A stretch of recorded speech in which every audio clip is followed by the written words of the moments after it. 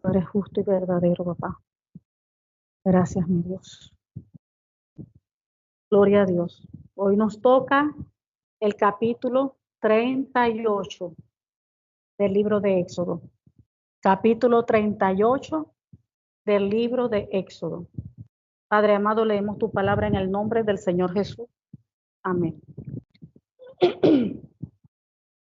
Igualmente, hizo de madera de acacia el altar del holocausto. Su longitud de 5 codos y su anchura de otros 5 codos cuadrados y de 3 codos de altura.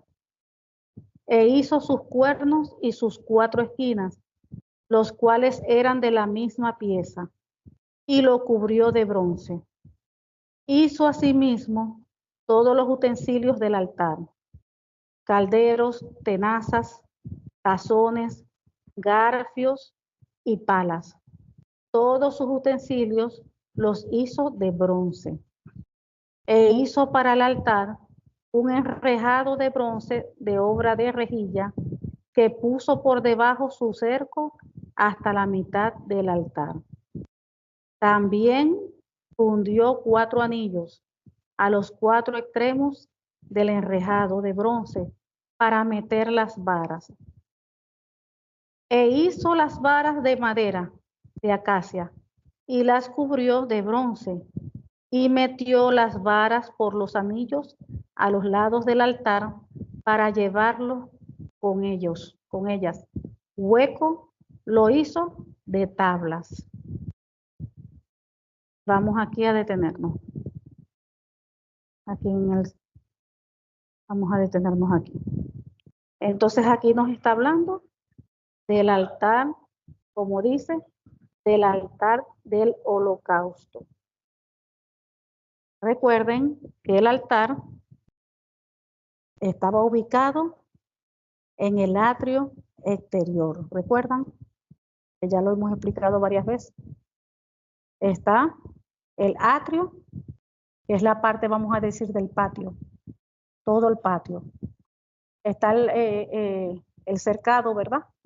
Siempre hago referencia como una casa para que se le haga más fácil de entender. Imagínense la casa, que solamente la casa tiene 2 piezas. Y el patio que está allí fuera de la casa y está todo cercado. Así era más o menos el tabernáculo. La parte del atrio exterior, allí estaba el altar del holocausto. Y estaba también la fuente de bronce, lo que es la parte de allí del atrio exterior. Y la parte de la casa, que estaba dividido en 2, está el lugar santo y después el lugar santísimo, donde estaba el arca. Se los explico así de esa manera para que se les haga más fácil imaginárselo. Entonces allí estuvimos leyendo lo que es la parte del altar.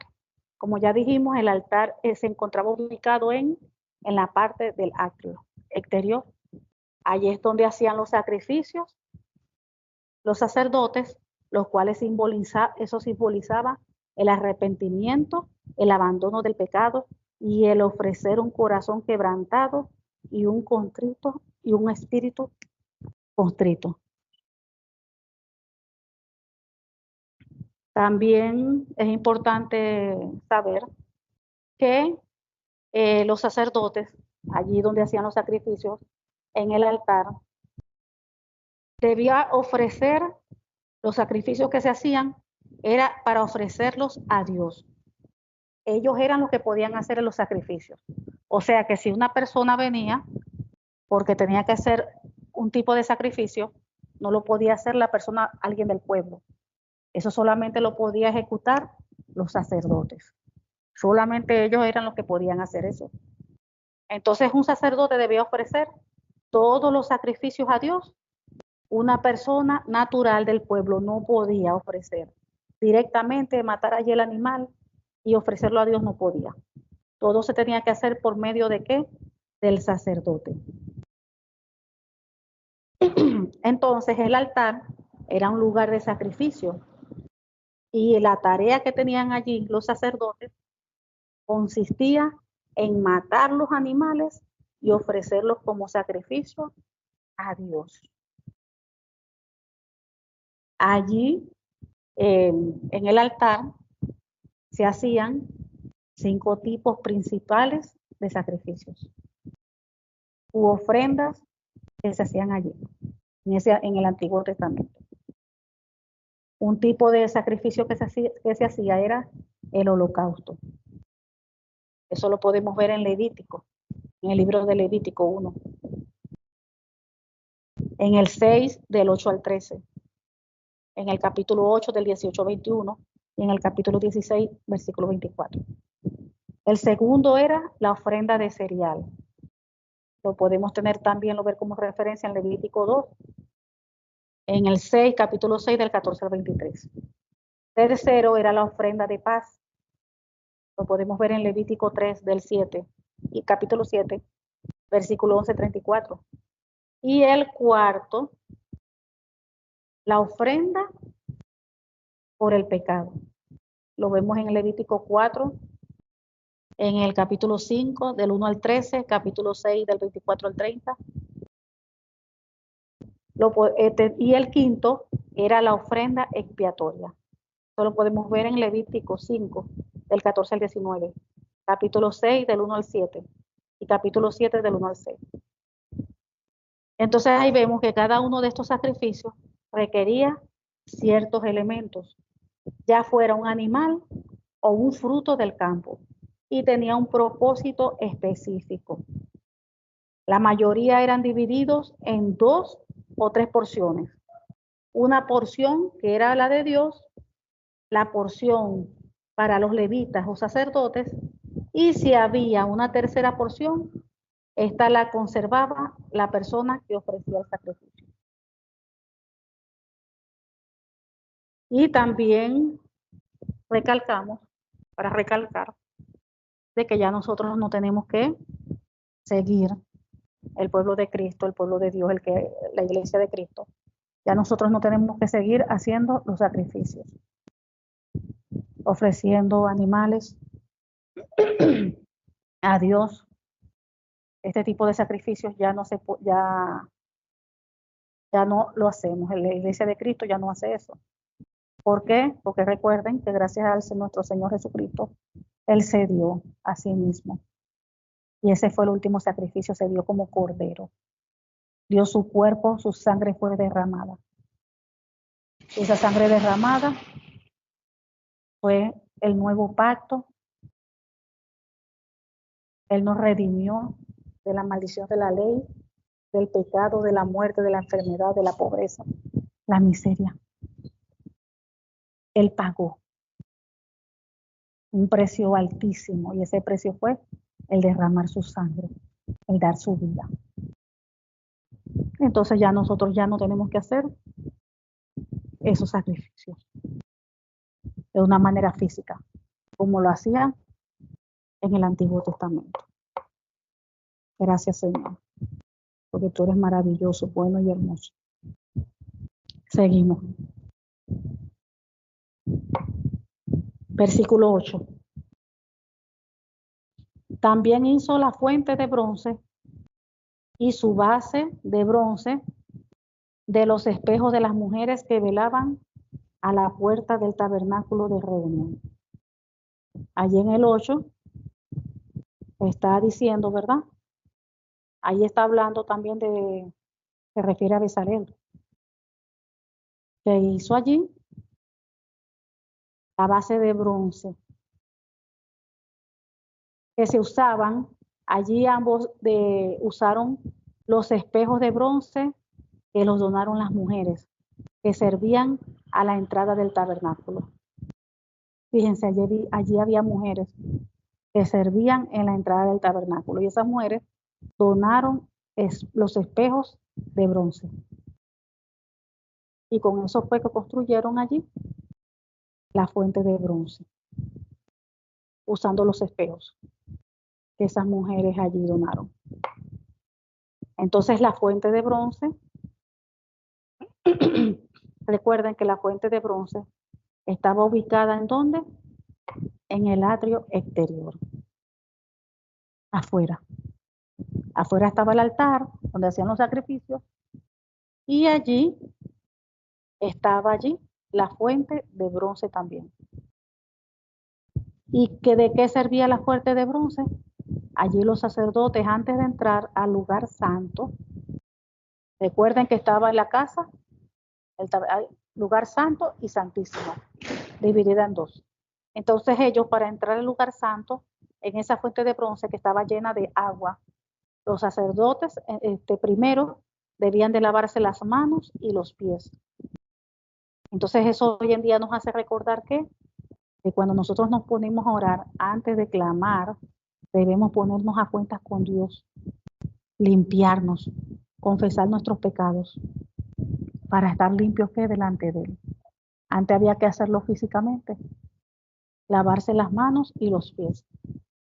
Eso me hace recordar también cuando en el Nuevo Testamento, cuando dice el Señor que lo que contamina no es lo que entra, porque veían que sus discípulos no se lavaban las manos, como estaban ellos acostumbrados, que para todos se lavaban las manos.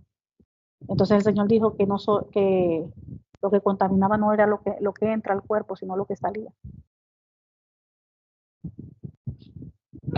Entonces aquí vemos que ellos se lavaban para entrar ahí al lugar santo, tenían que lavarse las manos y los pies.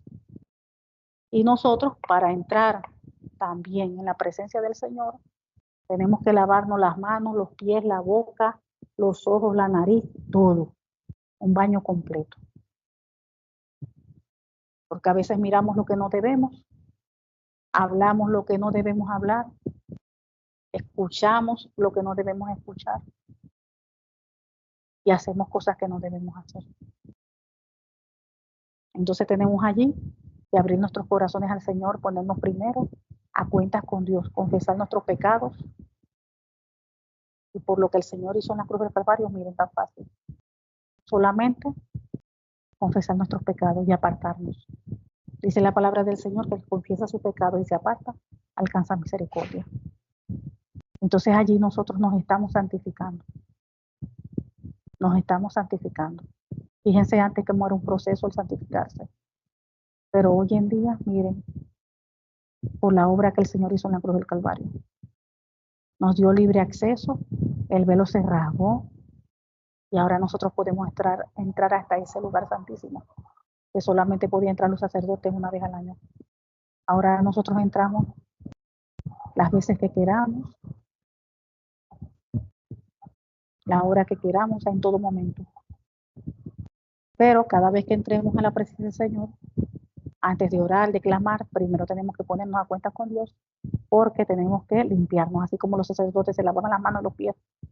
Nosotros tenemos que buscar ese lavamiento allí, confesando nuestros pecados, buscando allí el perdón de Dios. La palabra dice que si confesamos nuestros pecados, Él es fiel y justo para perdonar nuestros pecados y limpiarnos de toda maldad. Él allí nos limpia, nos santifica en ese momento. Una vez que confesamos todo, Él nos limpia, nos santifica y ya podemos entrar ya a pedir, a clamar, a interceder. Pero nunca usted comience a interceder, a clamar, a pedir, si usted no se ponga a cuentas con Dios. Nosotros somos seres humanos y ofendemos a Dios de cualquier manera, aún dudando en algo, en cualquiera. Entonces es muy fácil ofender al Señor. Siempre hay que ponernos a cuenta con el Señor, siempre. Continuamos.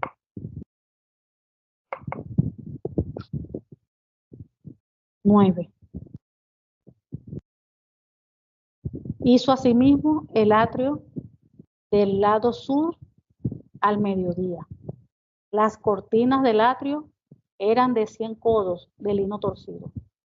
Sus columnas eran 20, con sus 20 bases de bronce. Los capiteles de la columna y sus molduras de plata. 11.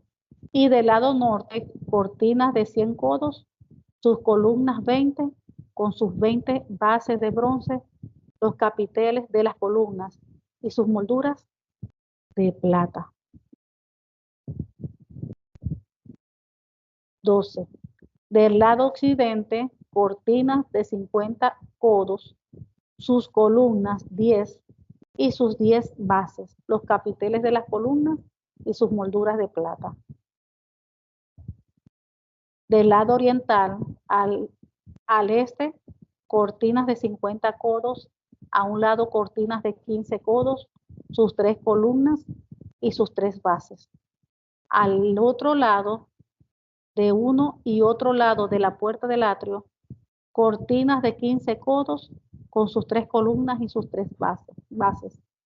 Todas las cortinas del atrio alrededor eran de lino torcido. Las bases de las columnas eran de bronce. Los capiteles de las columnas y sus molduras de plata, asimismo las cubiertas de las cabezas de ellas de plata.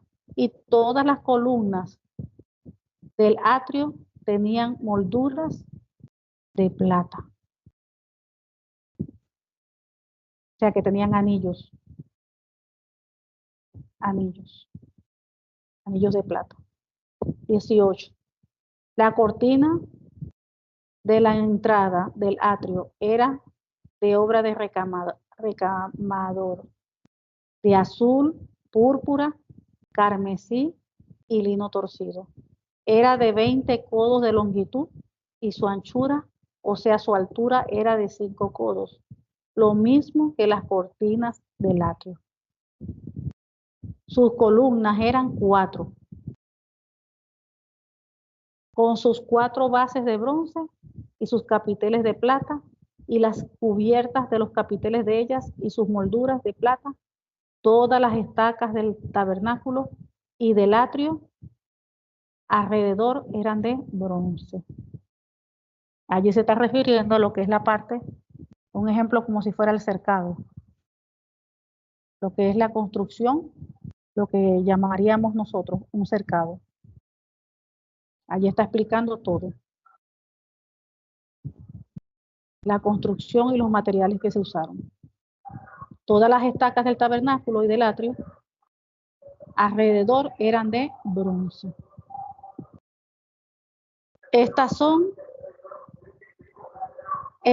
las cuentas del tabernáculo del testimonio, las que se hicieron por orden de Moisés, por obra de los levitas, bajo la dirección de Itamar, hijo del sacerdote Aarón. Y Bezalel, hijo de Ur, de la tribu de Judá, hizo todas las cosas que Jehová mandó a Moisés. Y con él estaba Aholiab, hijo de Ahisamach, de la tribu de Dan, artífice, diseñador y recamador en azul, púrpura, carmesí y lino fino. Aquí estamos viendo que Bezalel y el ayudante que tenía el otro, Aholiab. Aquí estamos viendo lo que es la obediencia. Dios, Jehová, dio las instrucciones directamente de cómo tenían que construir el tabernáculo. Dio hasta las listas de todo lo que iba a contener el tabernáculo, todo lo que se iba a necesitar. Dios dio toda la instrucción completa. Moisés, como si fuese hoy el pastor, recibe la información de Dios y la bajó hacia el pueblo. Y aquí vemos que las personas que Dios levantó para este trabajo, Bezalel, dice aquí que hizo todas las cosas que Jehová mandó a Moisés. O sea que Bezalel fue un hombre obediente, que se sometía hacia autoridad. ¿Quién era su autoridad? Directo allí, el pastor que viene siendo Moisés. Estoy dando esa referencia para que entendamos mejor, como si fuéramos hoy en día. Entonces Bezalel, cuando ya habíamos en los antiguos devocionales, Dios fue el que lo escogió. Dios fue el que lo levantó para ese trabajo específico en la iglesia, como lo haríamos hoy en día. El Señor le revela al pastor, a las personas que quiere usar en la congregación. El pastor habla con las personas. Es Dios quien escoge la persona que va a trabajar en X área en la iglesia. Dios levantó a Bezalel y allí dice que le dio sabiduría, inteligencia. O sea que cuando Dios levanta a uno a trabajar en el ministerio, independientemente en el ministerio, en la área que va a trabajar, Dios lo equipa. Así como equipó a Bezalel y también a Oliat el ayudante. Porque Dios no trabaja así a lo loco, ¿no? Dios es un Dios de propósitos. Y todo lo que Él hace, lo hace bueno. Lo hace perfecto. Porque Dios es así. Fíjense la perfección como hizo todas las cosas. Todo el tabernáculo, dio las instrucciones hasta con medidas. Las medidas, esto, aquello, los colores, vas a poner esto, todo, todas las instrucciones. Dio también toda la lista de lo que se iba a utilizar. ¿Qué más hizo Dios allí? Tocó los corazones del pueblo. Y así mismo debe ser hoy. Cuando hay necesidad de algo en la congregación, se habla a todo el pueblo y es Dios quien toca los corazones y todo el pueblo comienza a dar su ofrenda, a ayudar, a aportar. O sea que eso no es solamente del pastor, eso es responsabilidad de toda la iglesia prácticamente, porque esa obra no es del hombre, esa obra no es del pastor, esa obra es de Cristo, del Señor. La obra es del Señor. Y todo lo que uno va a dar a la congregación, lo tiene que dar con amor, porque es para el Señor y lo mejor. Y aquí vemos cómo se dio lo mejor. Fíjense que utilizaron la mejor madera, acacia. Es una madera, mira, que eso no se rompe así nomás, eso es fuerte esa madera. Oro, plata, bronce, todo fue hermoso, todo fue de primero, de calidad. Entonces cuando uno le da al Señor, uno no escatima, porque es para Él. Entonces muchas veces, ¿verdad? Nosotros como sus hijos, clamamos a Dios, pedimos a Dios porque queremos de Dios lo mejor, que nos dé esto y aquello, pero a la hora de darle a Él, queremos darle las sobras, lo que nos queda, y así no son las cosas, o jamás. Dios nos libre. Dios honra a los que le honran, y para Él lo mejor, lo hermoso y lo bello, porque es para Él. Eso no es para el hombre, es para Él. Y siempre acostúmbrese que cuando usted va a poner cosas en la congregación, que sean cosas nuevas, no cosas usadas. Ay, mi hermana, que yo quiero dar un mantel, yo tengo allá un mantel. A un mantel que tenía allá en el comedor de su casa. Que lo tuvo por 15 años. El mantel está bueno, no tiene hueco ni nada, pero se cansó tanto la hermana del mantel que compró uno nuevo. Entonces el que tenía allí en la mesa lo va a dar en la iglesia. No haga eso, mi hermana. Yo doy ese ejemplo porque yo he visto todo eso. Y eso pasa dentro de las congregaciones. Entonces al Señor no se le da las obras, no se le da lo que ya a mí no me gusta. Ah, yo compré uno nuevo para la mesa. Ah, pero le estoy dando el que tiene 10 años allí, tenía 10 años. Entonces lo llevo allá a la iglesia. Cuidado con eso. Cuidado con eso. Usted cómprele, si usted quiere dar de verdad un mantel que se necesita, órele a Dios, pídale a Dios que la dirija, que la guíe. Usted compre un mantel hermoso, digno del Señor. Pero no de las cosas así usadas, lo que le sobra, lo que ya usted no usa. Eso está mal. Recuerden que Él es Dios. Él es un Dios santo.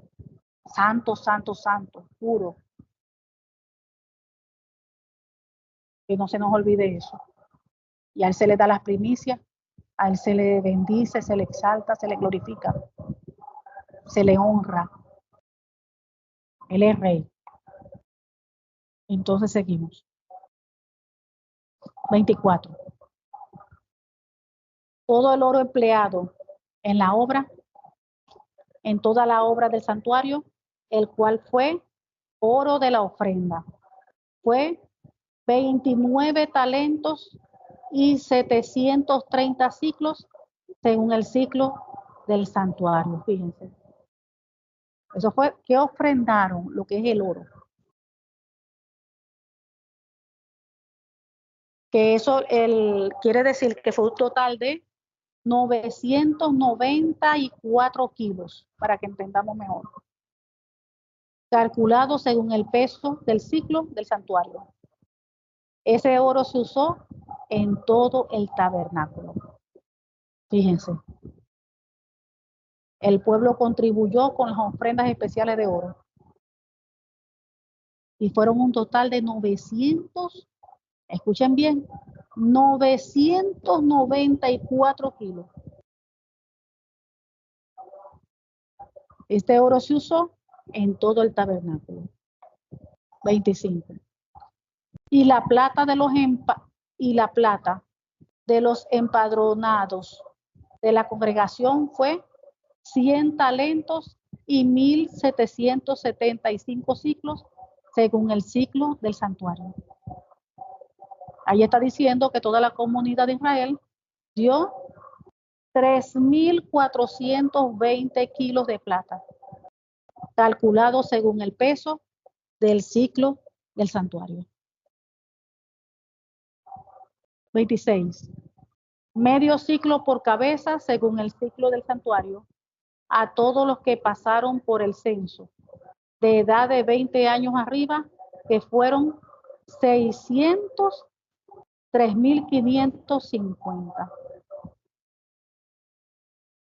Ahí está diciendo que esa plata procedía del impuesto que cada hombre había pagado al registrarse en el censo. El impuesto era de una beca que equivale a medio ciclo según el peso del ciclo de santuario. Es decir, que recaudaron el impuesto de los 603 con 550 hombres que ya habían cumplido 20 años de edad. 603.550 que ya habían cumplido 20 años de edad cuando hicieron el censo.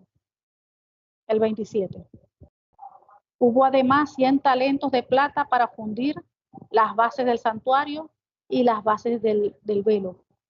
En 100 bases, 100 talentos a talento por base. Ahí está diciendo que para construir las 100 bases para los soportes de las paredes del santuario y los postes que sostenían las cortinas interiores, se necesitaron 3.400 kilos de plata, es decir, unos 34 kilos por cada base. Wow. 28. Y de los 1.775 ciclos, hizo los capiteles de las columnas y cubrió los capiteles de ellas y las ciñó. Ahí está diciendo que los 20 kilos de plata restantes se usaron para hacer los ganchos y los anillos y para recubrir los capiteles de los postes. 29. El bronce ofrendado fue 70 talentos y 2.400 ciclos. Que cuando el pueblo ofrendió también el bronce especial, 2.407 kilos de bronce. 2.407 kilos en bronce dio el pueblo. 30.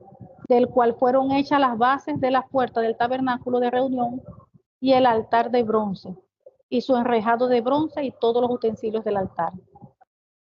Las bases del atrio alrededor, las bases de la puerta del atrio y todas las estacas del tabernáculo y todas las estacas del atrio alrededor. Aquí estamos viendo que todo lo que el pueblo dio, lo dio con excelencia. Y como ya habíamos leído en la devocional anterior, que ya el pueblo había dado tanto que ya tuvieron que parar en recoger las ofrendas. Ya no den más, porque todo lo que está aquí alcanza para hacer el tabernáculo y aún va a quedar. Entonces, cuando Dios toca los corazones, mire, las cosas se recogen en abundancia. Y también hablamos de que no era de Dios cuando a veces en la iglesia quieren obligar a la gente a dar. Se planifican para hacer algo porque a la iglesia falta algo, entonces se les obliga a las ovejas que tiene que dar esto, tiene que dar tal cantidad, tiene que dar esto. Muchas veces la persona no tiene. O como no fue Dios quien tocó el corazón, la persona si llega a dar, lo da como que así, con mal humor, no como dice la Biblia, que lo dimos con gozo, con alegría. Si no lo da porque no le queda más remedio. Y Dios ve los corazones. ¿Pero por qué pasa eso? Porque las cosas no son obligadas. Por eso el pueblo, los pastores tienen que meterse en oración, en ayuno, buscar dirección de Dios. Porque eso que se está planificando, Dios tiene que estar metido allí en el asunto. Aquí vemos que en la construcción del tabernáculo, Dios estaba metido allí en el asunto. Tanto así que Dios fue quien hizo todo. Vio cómo iba a ser el tabernáculo, las medidas, todo. Le dijo, pídele a Italalita, pídele al pueblo esto. Y Dios mismo se encargó de tocar los corazones. Y la gente empezó a dar dadivosamente, tanto que sobró. Allí dice la palabra. Entonces vemos que todo lo hace el Señor. Cuando Dios está metido en el asunto, las puertas se abren, todo se da, porque es Dios es quien está haciendo las cosas. Pero si usted ve que hay problemas, que ni uno quiere dar nada, que no hay que verificar qué es lo que está pasando. Si Dios no está en el asunto, o no es la voluntad de Dios que se hagan las cosas de esa manera, porque muchas veces el hombre planifica las cosas, pero sin consultarle al Señor. Sin decirle, Señor, de esta manera, ¿quieres tú que hagamos esto? ¿Es tu voluntad que hagamos esto de esta manera, de esta forma? Padre, muestra, revela. Entonces muchas veces toman decisiones así, porque como ellos piensen, como de repente les parezca, sin pedirle opinión a Dios ni nada. Como no se le pidió opinión a Dios, ni se le tomó en cuenta a él, imagínense cómo iba a estar él metido en el asunto. Entonces aquí vemos que en la Biblia está todo. En la palabra de Dios, en nuestro manual de vida, aquí está todo.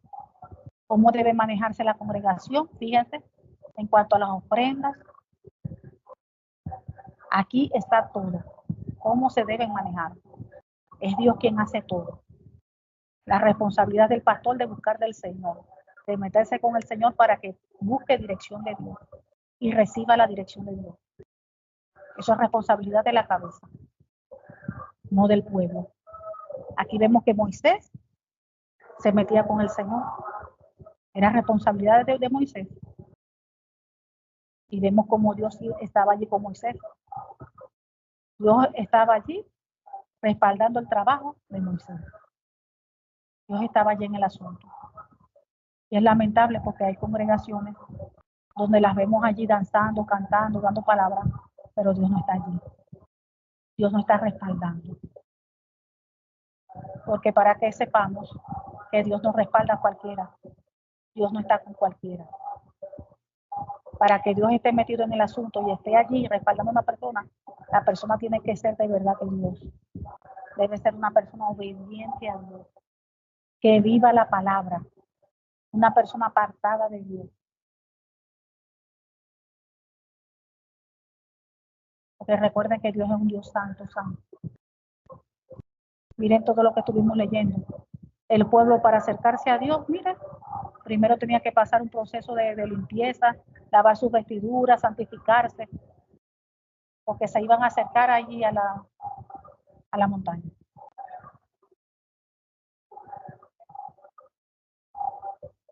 Entonces, cuando usted vea que Dios está con unos pastores, con una congregación, y se ve respaldo de Dios, téngalo por seguro, esa gente es de Dios.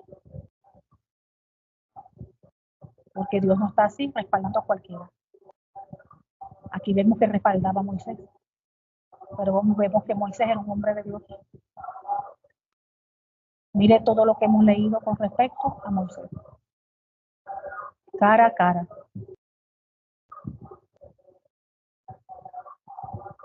Amén. Y así mismo igualito hoy. Dice la Biblia que Dios no ha cambiado, es el mismo de ayer, de hoy y siempre. La misma santidad que estuvo allí en el Antiguo Testamento es la misma santidad que nos exige hoy en día. Es la mismita. Dios no ha cambiado. Quienes cambiamos somos nosotros. Que ahora la santidad la llamamos religiosidad. Porque ya todo ha cambiado. Por eso que tenemos que leer las Escrituras. Tenemos que leer palabras. Ahí vemos todo lo que hemos aprendido y seguiremos aprendiendo del Antiguo Testamento. Y hay personas que ya ni leen el Antiguo Testamento porque dicen, no, eso es del Antiguo Pacto, ya eso ya no nada que ver. Y claro que tiene que ver, y mucho, mucho. Miren todo el aprendizaje que hemos estado viendo allí. Padre amado, te amamos, te exaltamos y te glorificamos. Señor, gracias por tu palabra, porque tu palabra es fiel, tu palabra es justa, tu palabra es verdadera. Te pedimos que esa tu palabra penetre, Señor, a nuestras vidas, a nuestros corazones, y produzca fruto a 100 por 1. Sellamos esta tu palabra en nuestros corazones, Señor, con tu preciosa sangre y con tu Espíritu Santo de Dios. Padre, gracias, porque tú eres bueno y porque para siempre es tu misericordia. En el nombre del Señor Jesucristo te lo pedimos. Amén.